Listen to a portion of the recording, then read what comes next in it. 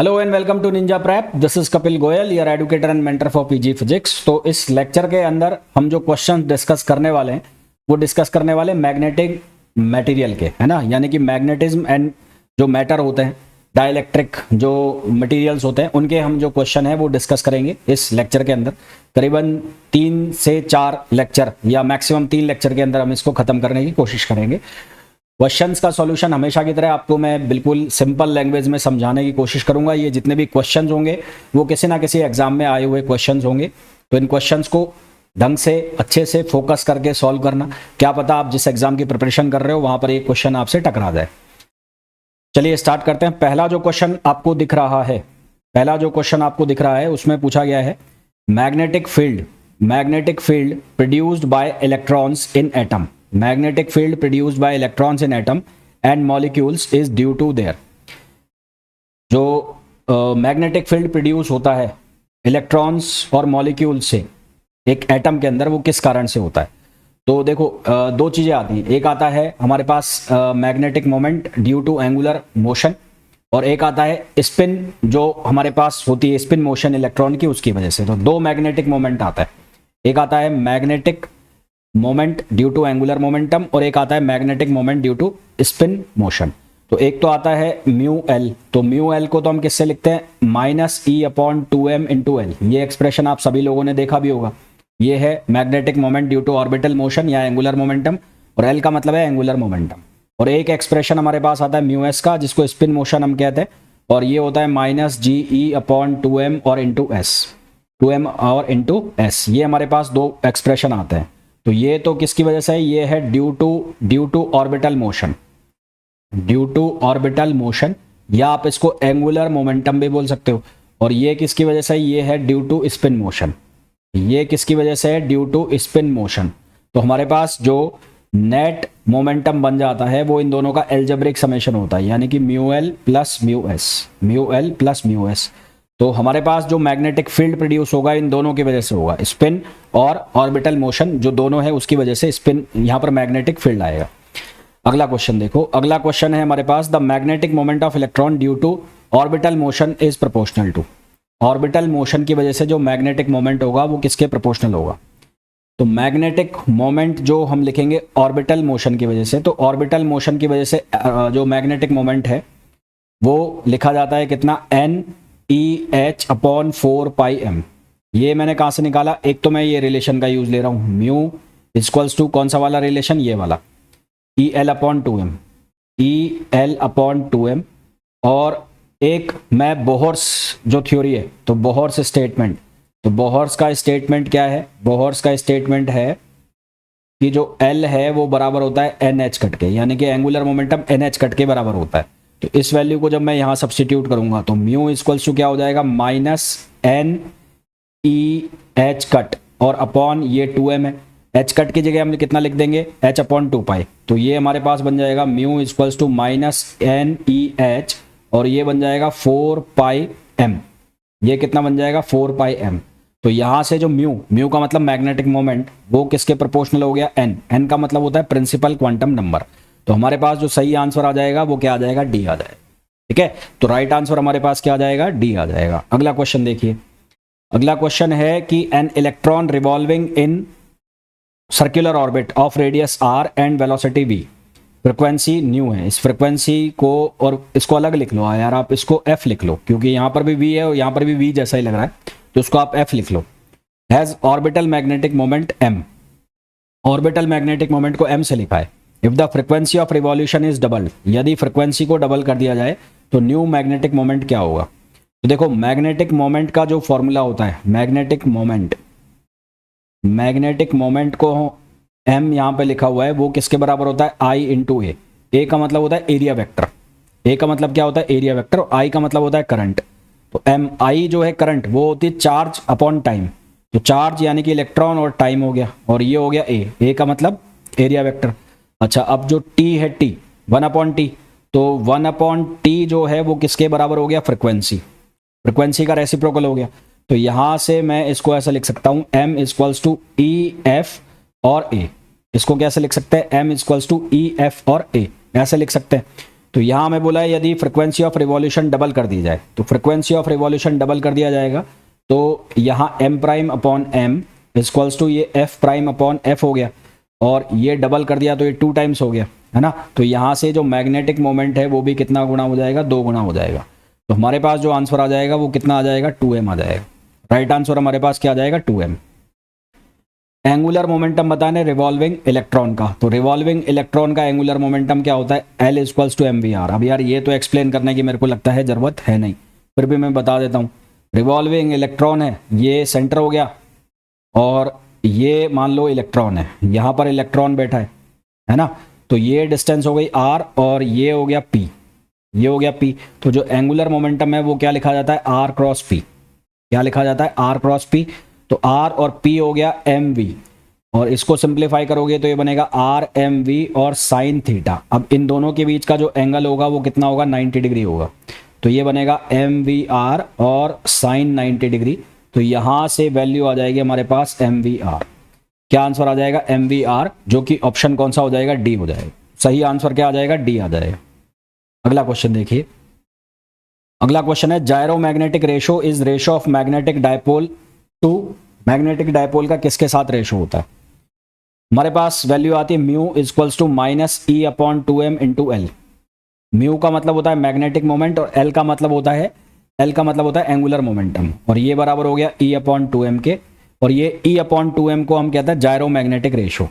ये जो ई upon 2m है इसको हम क्या नाम देते हैं, इसको हम नाम देते हैं जायरो मैग्नेटिक रेशो। इसको हम क्या नाम देते हैं, जायरो मैग्नेटिक रेशो। तो म्यू अपॉन एल यानी कि जो मैग्नेटिक डायपोल मोमेंट है उसका रेशो किसके साथ है, एंगुलर मोमेंटम के साथ। तो आंसर हमारे पास क्या आ जाएगा, डी आ जाएगा। अगला क्वेश्चन देखो, अगला क्वेश्चन है the orbital speed of an electron orbiting around the nucleus in a circular orbit of R is V. तो ऑर्बिटल स्पीड ऑफ इलेक्ट्रॉन जो है वो v है, और जो ऑर्बिटल रेडियस है वो r है। The magnetic dipole moment, magnetic dipole moment हमें बताना है, तो m इक्वल्स टू होता है I अपॉन a। m क्या होता है, I अपॉन a। तो ये ऐसे रोटेट कर रहा है मान लो, तो ये हो गया r। तो I जो है उसकी वैल्यू हो गई E अपॉन टी, और a जो है वो कितना हो गया, पाई आर स्क्वायर। अब t जो है t की वैल्यू कैसे लिखेंगे, डिस्टेंस अपॉन वेलोसिटी। तो distance upon velocity 2 pi R upon v। तो यहाँ से हमारे पास m जो है उसकी वैल्यू कितनी हो जाएगी, e t की value 2 pi R upon v, और एरिया कितना हो जाएगा, एरिया हो जाएगा पाई आर स्क्वायर।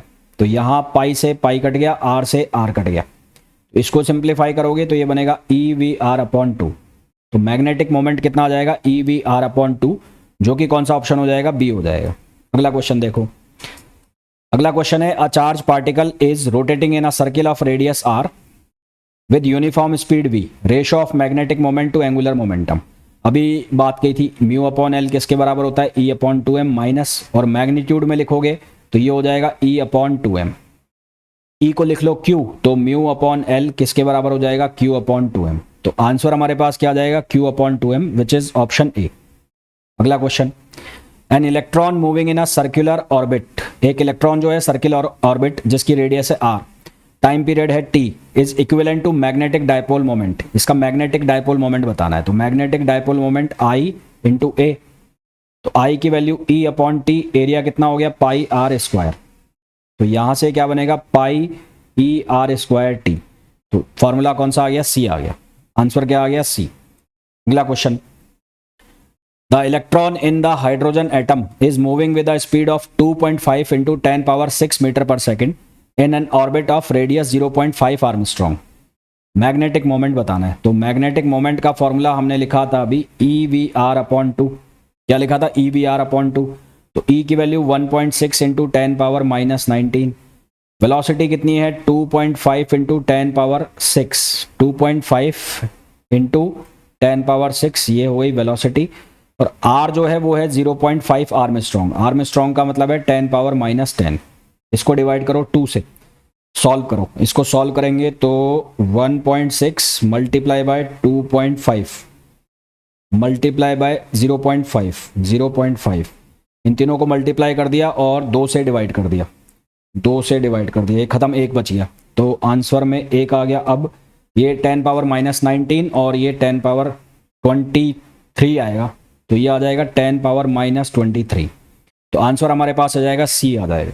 तो आंसर हमारे पास क्या आ जाएगा, सी आंसर आ जाएगा इसका। अगला क्वेश्चन देखो, अगला क्वेश्चन है जायरोमैग्नेटिक रेशो बताना है। तो जायरोमैग्नेटिक रेशो जो है वो है म्यू अपॉन एल और उसकी वैल्यू किसके बराबर, ई अपॉन 2m। तो जायरोमैग्नेटिक रेशो की वैल्यू दी हुई है, कितनी दी हुई है, वो है 8.8 इंटू 10 पावर 10। ये जायरोमैग्नेटिक रेशो की वैल्यू है।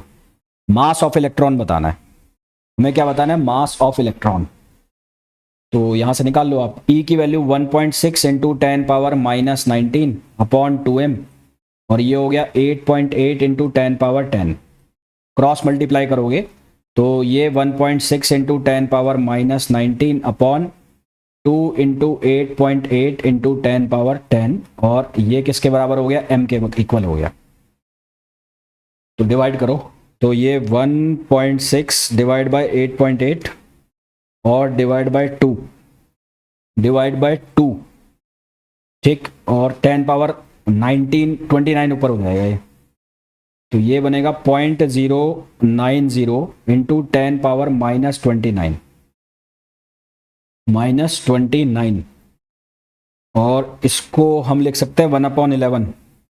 तो 1/11 करूं मैं तो ये 0.090 आएगा, और ये वैल्यू किसके बराबर होगी, 1/11। 1/11 इंटू 10 पावर माइनस 29, तो ये मास आ जाएगा हमारे पास, जिसकी वैल्यू किसके बराबर है, डी के बराबर है। अगला question, angular momentum of an electron revolving in a radius 0.5 Armstrong with velocity 10 power 7 metre per second. Angular velocity, angular momentum MVR electron का बताना है। तो इलेक्ट्रॉन का mass 9.1 into 10 power minus 31, velocity कितनी है 10 पावर 7, और R की value है 0.5 आर्मस्ट्रॉन्ग 10 पावर माइनस 10 हो गया। तो सिंप्लीफाई करोगे तो ये हो जाएगा 4.55 इंटू 10 पावर माइनस 34, जो कि कौन सा ऑप्शन बनेगा, बी बनेगा। तो राइट आंसर क्या आएगा, बी आएगा। अगला क्वेश्चन देखो, the electron in hydrogen atom moves with a speed of 2 into 10 power 3 metre per second in an orbit of radius 5 into 10 power minus 11 metre, find the magnetic moment. तो magnetic moment क्या होता है, वो होता है EVR upon 2।